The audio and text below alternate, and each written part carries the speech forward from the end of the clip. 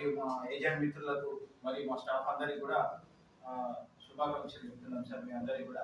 So ఇక్కడ ఇక్కడ ముఖ్యంగా వచ్చేసి ఏంటంటే ఇక్కడ సమావేశం అయినాం కానీ 6 లక్షల రూపాయల చెక్ ఇస్తున్నామని మనం వచ్చేసి ఒక కార్యక్రమం పెట్టినాం కానీ చాలా బాధాకరమైన విషయం. అంటే ఒకసారి ఆలోచిస్తే వాళ్ళకు వచ్చేసిందంటే వాళ్ళ భార్య లేని లోటు అనేది మనం తీర్చలేము.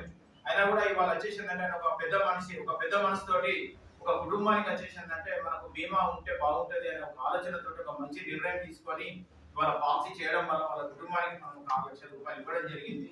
సో ఓకే, కానీ బట్ ఏంటంటే చాలా మందికి ఏంటంటే ఇన్సూరెన్స్ అనే వాళ్ళకి వచ్చేసిందంటే ఒక లైట్ గా తీసుకుంటారు. ఇప్పుడు మనకు ఆంజనేయులు చెప్పినట్టు చాలా లైట్ గా తీసుకుంటారు. ఇప్పుడు జనరల్ గా మనం ఇంట్లో ఆలోచిస్తే ఇంట్లో మనం ఒక బర్రెకి ఇన్సూరెన్స్ చేసుకుంటాము, ఒక గొర్రెకి ఇన్సూరెన్స్ చేసుకుంటాము, అది ఒక బండికి ఇన్సూరెన్స్ చేసుకుంటాము, కార్కి ఇన్సూరెన్స్ చేసుకుంటాము. మన కాడికి వచ్చే వారికి వచ్చేసిందంటే చాలా లైట్ గా తీసుకుంటాం. నేను ఒక వీడియో కూడా చూసినాం మేము, అదేది మన వాట్సాప్ లో ఏమంటాడంటే రోజు మనం పెట్టే ఖర్చు చిల్లర ఖర్చు మామూలుగా వచ్చేసిందంటే మామూలు ఒక టీ తాగుతాము, బిర్యానీ తింటాము, ఈ విధంగా ఈ ఖర్చు మొత్తం వచ్చేసి మామూలు ఖర్చు దానికి పెట్టే చిల్లర ఖర్చు వచ్చేసిందంటే కరెక్ట్ ఆలోచించుకుంటే మనం వచ్చేసి దాదాపు ప్రతి వ్యక్తి మినిమం ఒక 50 లక్షల రూపాయల పాలసీ తీసుకోవచ్చు అని చెప్తున్నారు వాళ్ళు. అంటే జనరల్ గా మనం ఆలోచిస్తే మనకి ఎంతనండి ఇవాళ మేము మా టీం అందరికి అదే చెప్తున్నాం. ఇప్పుడు జనరల్ గా ఇప్పుడు ఇంట్లో భార్య భర్త 2 పిల్లలు ఉంటారండి, 4 ఉంటారు. ఈ 4 పైన డబ్బు సంపాదించే వ్యక్తి ఎవరు? భర్త. ఆయన ఇంటి యజమాని వచ్చేసిందంటే ఆయన ఉన్నంత సేపు మనకు ఏర్పడదు. అనుకోకుండా అతనికి ఏమన్నా జరిగినప్పుడు వచ్చేసిందంటే కుటుంబం పరిస్థితి ఏంటనేది ఒకసారి ఆలోచిస్తే మనకి ఇప్పుడు లక్ష్మణ్ సార్ కూడా చెప్పినట్టు ఇంటి నుంచి బయటకు వెళ్ళిన వ్యక్తి మళ్ళీ ఇంటికి వచ్చేవాడు కూడా నమ్మకం లేదు. అందుకే మనం ఏంటంటే ప్రతి వ్యక్తి కూడా వచ్చేసిందంటే అతను అంటే మీరు మా ఏజెంట్ మిత్రులు కూడా ఉన్నారు కాబట్టి నేను చెప్తున్నా, మీరు ఒక వ్యక్తి దగ్గరికి పోయినప్పుడు పాలసీ కోసం పోయినప్పుడు అతనికి నెలకు ఎంత సంపాదిస్తున్నాడు, ఆ డబ్బు అతనిపై ఆ కుటుంబానికి ఏ విధంగా ఆధారపడింది, అతను నెలకు సంపాదించే వ్యక్తికి ఎంతవరకు బీమా ఉండాలి అనేది మీరు ఆలోచించాలి. ఇప్పుడు మన ఇండియా అంటే ఒక్కొక్క దేశానికి ఒక్కొక్క పర్సంటేజ్ ఉంటుంది. అమెరికాకు ఒక పర్సంటేజ్ ఉంటుంది, ఆస్ట్రేలియాకు ఒక పర్సంటేజ్ ఉంటుంది, ఇండియాకు ఒక పర్సంటేజ్ ఉంటుంది. మన ఇండియాకి వచ్చేసి ఏంటంటే ఒక వ్యక్తి మీరు గుడ్డిగా ఒకటే ఆలోచన పెట్టుకోవాలి, అతను నెలకు ఎంత సంపాదిస్తున్నాడు, ఆ సంపాదించిన సంపాదనపై ఒక 150 రెట్లు వచ్చేసిందంటే బీమా ఉండాలి, అది మినిమం అన్నట్టు. ఇప్పుడు ఎగ్జాంపుల్ వచ్చేసి ఒక 10 లక్షల రూపాయల ఒక 10,000 రూపాయలు సంపాదిస్తున్నాడు ఒక వ్యక్తి. ఆ 10,000 రూపాయల పైన ఆయన భార్య 2 పిల్లలు హ్యాపీగా బతుకుతున్నారు. ఆయన ఆ డబ్బు సంపాదిస్తున్నాడు, తీసుకొస్తున్నాడు, వాళ్ళకి పెడుతున్నాడు, జీవితం నడుస్తున్నది, కాలం నడుస్తున్నది, ఏర్పడది. ఎప్పుడు అనుకోకుండా ఆయనకి ఏమైనా జరిగినప్పుడు ఆ 10,000 రూపాయలు వచ్చేసిందంటే ఆదాయం కోల్పోతారు. అప్పుడు వాళ్ళ పరిస్థితి ఏంటి అనేది ఒకసారి ఆలోచిస్తే మినిమం ఒక 10,000 రూపాయలు సంపాదించే వ్యక్తికి మనకు 150 టైమ్స్ అంటే ఎంతంటే 15 లక్షల రూపాయలకి ఇన్సూరెన్స్ ఉండాలి. 15 లక్షల రూపాయలకి ఇన్సూరెన్స్ ఉన్నప్పుడు రేపు అనుకోకుండా ఏమన్నా జరిగినప్పుడు ఆ 15 లక్షల రూపాయలు మన ఇన్సూరెన్స్ కంపెనీ నుంచి వచ్చిన అమౌంట్ ను తీసుకెళ్లి మీరు ఏ బ్యాంక్ లో, స్టేట్ బ్యాంక్ కానీ, ఆంధ్ర బ్యాంక్ కానీ, నేషనల్ బ్యాంకులలో మనం ఫిక్స్డ్ డిపాజిట్ చేసుకుంటే మనకు బ్యాంక్ వాళ్ళు ఎంత ఇస్తారు? 8% ఇస్తారు. ఆ 15 లక్షల రూపాయల మీద 8% అంటే ఒక సంవత్సరానికి 1,20,000 రూపాయలు అమౌంట్ వస్తుంది వడ్డీ. ఆ 1,20,000 రూపాయలు డివైడెడ్ బై 12 తీసుకుంటే నెలకి ఎంత పడుతుంది? 10,000 రూపాయలు.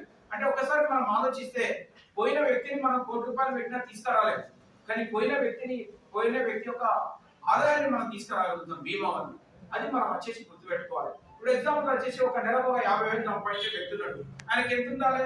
50,000 మీద 150 టైమ్స్ అంటే 75 లక్షల రూపాయలు బీమా ఉండాలి. రేపు ఏమైనా జరిగినప్పుడు ఆ 75 లక్షలు ఏ బ్యాంక్ లో పెట్టుకున్నా కూడా ఆయనకు వచ్చేసి నెలకు 50,000 రూపాయలు వచ్చేసి వస్తాయి. అంటే దీనివల్ల ఏంటంటే మనకు పోయిన వ్యక్తిని ఆయనకు ఆయుష్ కూడింది, పోయిండు, మనకేం చేయలేము, అది భగవంతుడి నిర్ణయం. బట్ ఏంటంటే ఆ కుటుంబం వచ్చేసి ఏంటంటే ఆర్థికంగా ఇబ్బంది కాకుండా ఉండాలనేది ఆలోచన. మేము చాలా మంది చూస్తుంటామండి. మేమన్నా ఇక్కడ మేము వచ్చేసిందంటే ఇక్కడ మన మెదక్ దగ్గర మేము వచ్చేసిందంటే క్లెయిమ్ ఇవ్వడానికి వెళ్ళామండి. వాళ్ళు ఎంత మామూలుగా ఏం లేదండి, వాళ్ళ ఊళ్ళో వర్షం వచ్చిందట, వర్షం వస్తే ఏం చేస్తారు? చేపలు పడదామని పలు గ్రామాలలో చెరువు దగ్గర వెళ్ళిపోతారు. ఆయనకు ఆ చేపలు పట్టే ప్రొఫెషన్ ఆయనకు లేదు, ఏదో అందరు పోతున్నారని ఆయన పోయిన తర్వాత అనుకోకుండా వచ్చేసిందంటే లోపల నాసు చుట్టుకున్నది, గతం చనిపోయాడు. అంటే అక్కడ చనిపోయిన విషయం కూడా అక్కడ వాళ్ళ మిత్రులకు కూడా ఎవరికి తెలియదు. అంటే ఇక్కడి దాకా వచ్చి కనిపిస్తలేడం తర్వాత ఆయన చనిపోయి శవం లేచేదాకా కూడా ఆ గ్రామాలకు తెలియదు. మేము ఆ క్లెయిమ్ ఇవ్వడానికి పోతే వాళ్ళకి వచ్చేసి చిన్న పిల్లలు, అంటే అసలు వాళ్ళ తండ్రికి చనిపోయిన విషయంలో వాళ్ళకి తెలియదు. అంటే ఒక్కసారి ఆయన ఇవాళ ప్రమాదవశాత్తు చనిపోయాడు కాబట్టి ఇవాళ మనకు వచ్చేసి ఏంటంటే మీ అందరికీ తెలిసిన విషయమే. ఇవాళ వీళ్ళు నేచురల్ రిస్క్ అన్నట్టు, వీళ్ళు హార్ట్ స్ట్రోక్ అంటే గుండెపోటుతో చనిపోయేది నేచురల్ రిస్క్ ఉంటుంది. ఏమన్నా అనుకోకుండా ప్రమాదవశాత్తు రోడ్డు ప్రమాదం కానీ, బస్సు ప్రమాదం కానీ, పాము కాటు కానీ, కరెంట్ షాక్ కానీ ఇలాంటివి వచ్చేసి ఏంటంటే మనకు ఎఫ్ఐఆర్ నమోదు చేసేవి ఏవైనా కూడా అవి రోడ్డు ప్రమాదవశాత్తు అనేది మనం నిర్ణయిస్తాం. ఈ పాలసీలో వచ్చేసి తీసుకుంటే మనకు వచ్చేందంటే చూడండి ఇక్కడ మనకు మామూలుగా వచ్చేసిందంటే సింపుల్ గా మీరు గుర్తుపెట్టుకోండి, ప్రతి ఇంట్లో వచ్చేసిందంటే 4 ఉంటారండి కుటుంబ సభ్యులు. ఈ 4 పేరు మీద నెలకు ఒక 3,000 రూపాయలు పొదుపు చేసుకోలేరు. ఇవాళ ఉన్న కాలంలో ఒక్కొక్కరు మొబైల్ కే మినిమం వచ్చేసి నెలకు 1000 రూపాయలు ఖర్చు పెడుతున్నారు. 4 పేరు మీద నెలకు ఒక 3,000 రూపాయలు ఖర్చు పెట్టుకున్నా కూడా మన దగ్గర ఒక మంచి పాలసీ మనకు వచ్చేసిందంటే నెలకు 3,000 రూపాయలు అంటే సంవత్సరానికి ఎంత అవుతుంది? 12,36,000 రూపాయలు. సంవత్సరానికి 36,000 రూపాయలతోటి మనం ఒక పాలసీ తీసుకుంటే 15 సంవత్సరాల వరకు వాళ్ళకు 5 లక్షల రూపాయలు కట్టారండి. ఓకే, దేవుని దయ వల్ల ఆయన మంచి ఉండాలని మనం కోరుకుంటాం. ఈ కట్టిన 5 లక్షల రూపాయలకు వాళ్ళకి వచ్చేసి మెచ్యూరిటీకి 11,25,000 రూపాయలు అమౌంట్ వస్తుంది. అంటే చూడండి, అలా చాలా మంది అనుకుంటారు బీమా అంటే నాకెందుకు సార్ అంటారు. బీమా అనేది ఏంటంటే ఫస్ట్ ఒకటి పొదుపు, రెండోది వాళ్ళ కుటుంబానికి ఒక ఆర్థిక భద్రత. ఓకే, బాగానే ఉంది. మనం సంపాదించిన డబ్బు ఏదో రకంగా అయితే పొదుపు చేసుకుంటాం.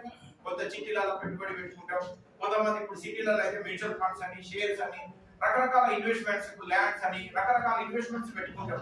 సో దీనికి వచ్చేసి మేము ఏం చెప్తామంటే మీరు సంపాదించే సంపాదనలో ఒక 10%, ఒక 10% అంటే ఒక 10,000 రూపాయలు సంపాదిస్తున్నాడు అంటే ఒక 1,000 రూపాయలు పక్కన పెట్టుకున్నా కూడా వాళ్ళు వచ్చేసి నెలకు మినిమం వచ్చేసి నెలకు ఒక 3,000 రూపాయలు, ఎంత చిన్న ఫ్యామిలీ అయినా కూడా నెలకు ఒక 3,000 రూపాయలతో పాలసీ తీసుకుంటే మనం వచ్చేసి ఒక దాదాపు ఒక 13,25,000 రూపాయల మెచ్యూరిటీ అమౌంట్ వస్తుంది. చూడండి, వాళ్ళకి వచ్చేసి మన పాలసీ వచ్చేసి చాలా మంది ఏమనుకుంటారు ఇన్సూరెన్స్ అంటే చనిపోతే పైసలు వస్తాయి అనుకుంటారు. తప్పండి. ఇన్సూరెన్స్ అంటే ఏంటంటే అదొక సాధనం. ఏంటిది? అదొక పొదుపు సాధనం. ఓకే, బాగుండాలనే మనం కోరుకుంటాం. ఇక చూడండి, ఇప్పుడు సంవత్సరానికి ఒక 36,000 రూపాయలు చొప్పున 15 ఏళ్ళు కట్టుకుంటే ఒక 5 లక్షలు కట్టేది. ఆయనకు మెచ్యూరిటీకి వచ్చేసి మనం 11,25,000 రూపాయలు ఇస్తున్నాం. చూడండి, ఇక్కడ 5 లక్షల రూపాయలు కడితే 11 లక్షలు ఇస్తున్నాం. ఏదో రకంగా వాళ్ళ కుటుంబానికి పొదుపైంది. వాళ్ళ పిల్లల చదువులకు అక్కడికొస్తుంది, లేకపోతే వాళ్ళ పిల్లల పెళ్లిలకు అక్కడికొస్తుంది, లేదు వాళ్ళ ఓల్డ్ ఏజ్ రిటైర్మెంట్ వచ్చేసి అమౌంట్ వచ్చేసి అక్కడికొస్తుంది. లేదు అనుకోకుండా ఈ 15 సంవత్సరాల లోపల అనుకోకుండా అతనికి ఏమన్నా జరిగినా కూడా చూడండి, ఇక్కడ మనకు వచ్చేసి పాలసీ తీసుకున్నాక మొదటి కిస్తీ నుంచి మొన్న మేము ఇక్కడ కొడంగల్లో ఒక క్లెయిమ్ ఇచ్చాం. పాలసీ తీసుకున్నాక జస్ట్ అంతా ఇక్కడ మనకు ఏది మన ఏది ఇక్కడ చేవెళ్ళ ఇక్కడే మన గియర్ ఏది కుల్చర్ల ఆటో డ్రైవర్ ఆయనకు వచ్చేసి పాలసీ తీసుకున్నాక కేవలం 18 రోజులకి ఆయన చనిపోయిందండి. ఇవాళ ఆయనకు వచ్చేసి దాదాపు 15 లక్షల రూపాయలు ఇచ్చిన మన కుటుంబానికి. ఇక్కడ చూడండి, ఇక్కడ మనకు వచ్చేసి అంటే ఈ 15 సంవత్సరాల లోపల పాలసీ తీసుకున్నాక ఎప్పుడు రిస్క్ అయినా కూడా ఈ భవిష్యత్తులో కట్టే కిస్తులన్నీ కూడా మాఫీ ఫస్ట్ పాయింట్. రెండోది వచ్చేసిందంటే వాళ్ళకు మామూలుగా వచ్చేసిందంటే సహజ మరణం అయితేనో ఓన్లీ మనకి ఇక్కడ చూపించిన అమౌంట్ ఇచ్చేస్తాడు. అదే ప్రమాదవశాత్తు అయితే వాళ్ళ ఎంతైతే బీమా ఉందో బీమా అమౌంట్ ఇచ్చుకుంటూ మళ్ళీ ఆ బీమా సొమ్ములో వచ్చేసిందంటే 1%. అంటే ఇక్కడ చూడండి, ఇక్కడ 5 లక్షల పాలసీకి నెలకు 5,000 రూపాయల చొప్పున సంవత్సరానికి ఒక 60,000 ఇంటూ 10 సంవత్సరాలు అంటే ఒక 6 లక్షలు. బీమా ఒక 5 లక్షలు, మెచ్యూరిటీ అమౌంట్ ఒక 13 లక్షలు. చూడండి, ఒక 22 లక్షల రూపాయలు అమౌంట్ ఇస్తున్నాం. అంటే మామూలుగా ఒక 3,000 రూపాయలు వాళ్ళ కుటుంబానికి ఒక 4 పేరు మీద నెలకు ఒక 3,000 రూపాయలు పొదుపు చేసుకున్నా కూడా వాళ్ళ కుటుంబానికి ఏమన్నా అనుకోకుండా ఏమన్నా జరిగినప్పుడు 22 లక్షల రూపాయలు వస్తాయండి. ఈ 22 లక్షల రూపాయలు వాళ్ళు ఏ బ్యాంక్ లో పెట్టుకున్నా నెలకు 20,000 రూపాయలు వాళ్ళ కుటుంబం హ్యాపీగా ఉంటారు. అందుకే మనం వచ్చేసి ఇది ఒక సామాజిక బాధ్యతగా తీసుకొని ప్రతి మిత్రులు వచ్చేసి ఇక్కడ మాకు లక్ష్మయ్య సార్ కానీ మాకు వచ్చేసి మనకు మిత్రులు ఏజెంట్ మిత్రులు అందరూ కూడా Monica madam, DO Monica madam కానీ మిత్రులందరూ కూడా మాకు మంచి సహకరిస్తున్నారు. అదే విధంగా మీరందరూ కూడా వచ్చేసిందంటే ఇప్పుడు సార్ సర్పంచ్ గారు చెప్పినట్టు, మన సార్ అనంత సార్ చెప్పినట్టు ప్రతి ఒక్కరిని మనం వచ్చేసిందంటే అడగాలండి. Asking asking asking. దీని విలువ ఎప్పుడు తెలుస్తుంది? చాలా మంది అనుకుంటాడు ఇది పాలసీ అనగానే